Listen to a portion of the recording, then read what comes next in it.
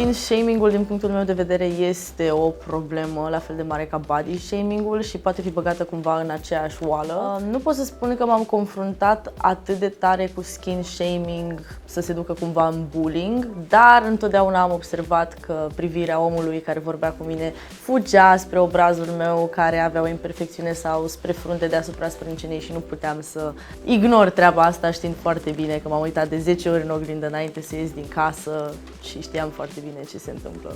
Cât de interesantă este percepția acestor interacțiuni cu ceilalți când vine vorba de imaginea corporală. Cum de fapt nu doar ceilalți sunt atenți la noi înșine, cât și noi suntem atenți la reacțiile celorlalți. Și cum observăm în momentul în care ne privesc, mișcări ale privirilor lor asupra locurilor cu care nici noi nu ne simțim confortabile în anumite momente.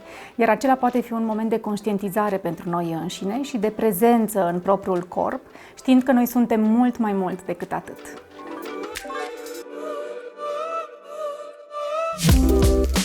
Eu personal încerc să le accept de cam un an jumate. Am ajuns la această maturitate încât am început să încerc să le accept și în același timp și reușesc să fac asta.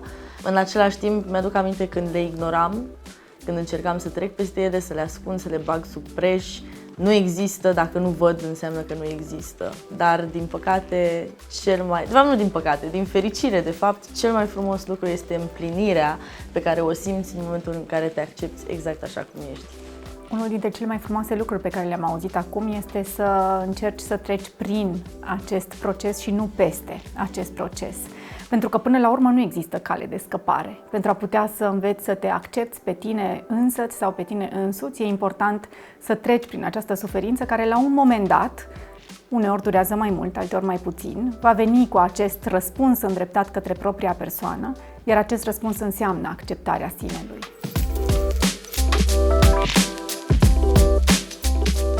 Acnea a început să mă afecteze încă de la 11 ani, în prezent am 22, deci iată mă lupt cu ea de 11 ani, de jumătate din viața mea. M-a afectat pentru că nu toată lumea avea ce am eu în momentul respectiv. Mai ales că m-am dezvoltat mai devreme, automat și coșurile mi-au apărut mai devreme pe față și nu numai pe față, altă discuție.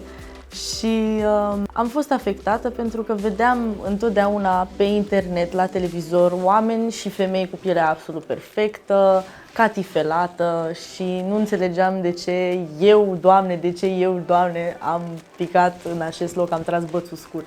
Dar ulterior am realizat că este un lucru absolut normal și da, online is kind of fake, honestly. Totodată am trecut și printr-un proces de testare. Am testat foarte multe produse, ce mi se potrivește, ce nu, ce îmi face pielea să-i rupă și mai tare, ce îmi calmează pielea și așa am ajuns la Normaderm Phytosolution, protocolul anti-acne, care într-adevăr, în sfârșit, m-a ajutat să-mi calmez pielea și sufletul. Timpul pe care îl petrecem luptându-ne cu multe dintre dificultățile pe care le avem, că vine vorba de aspectul nostru fizic sau că vine vorba de cum ne simțim în interiorul nostru, nu poate fi măsurat de niciunul dintre noi. Nu știm cât va dura această bătălie pe care o ducem fiecare dintre noi cu povestea noastră.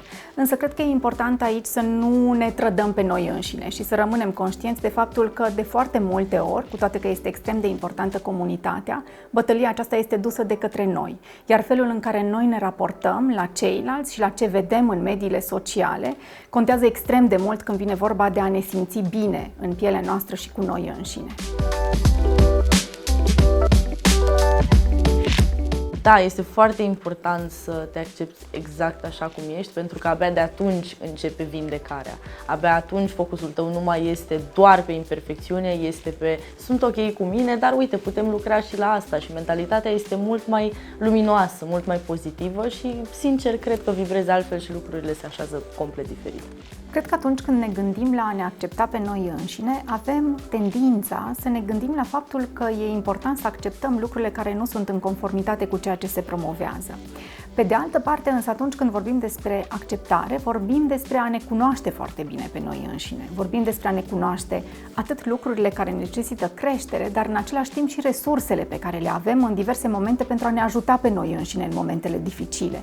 Și abia apoi când reușim să ne cunoaștem și să ne înțelegem foarte bine felul în care funcționăm, e, aș spune, cel mai aproape pas înspre a ne accepta. Mai ales de când vorbim de social media și de faptul că inevitabil suntem văzuți în același timp de mult mai multă lume decât în mod normal, decât în mod firesc în urmă cu 10, 15, 20 de ani, categoric și numărul oamenilor care suferă de pe urma acestei vizibilități și mai mult decât atât de pe urma comentariilor care sunt în online, care de cele mai multe ori nu sunt cele mai plăcute dintre cele pe care ni le-am imagina, apare și emoționalitatea negativă și în cabinet de foarte multe ori, sigur în funcție de vârstă și în funcție de etapele prin care oamenii trec, apare suferința și apare de multe ori tristețea în legătură cu asta, apare de foarte multe ori furia îndreptată către ceilalți care își dau voie să comenteze în ceea ce ne privește sau în ceea ce îi privește pe oamenii cu care lucrez și de foarte multe ori anxietatea.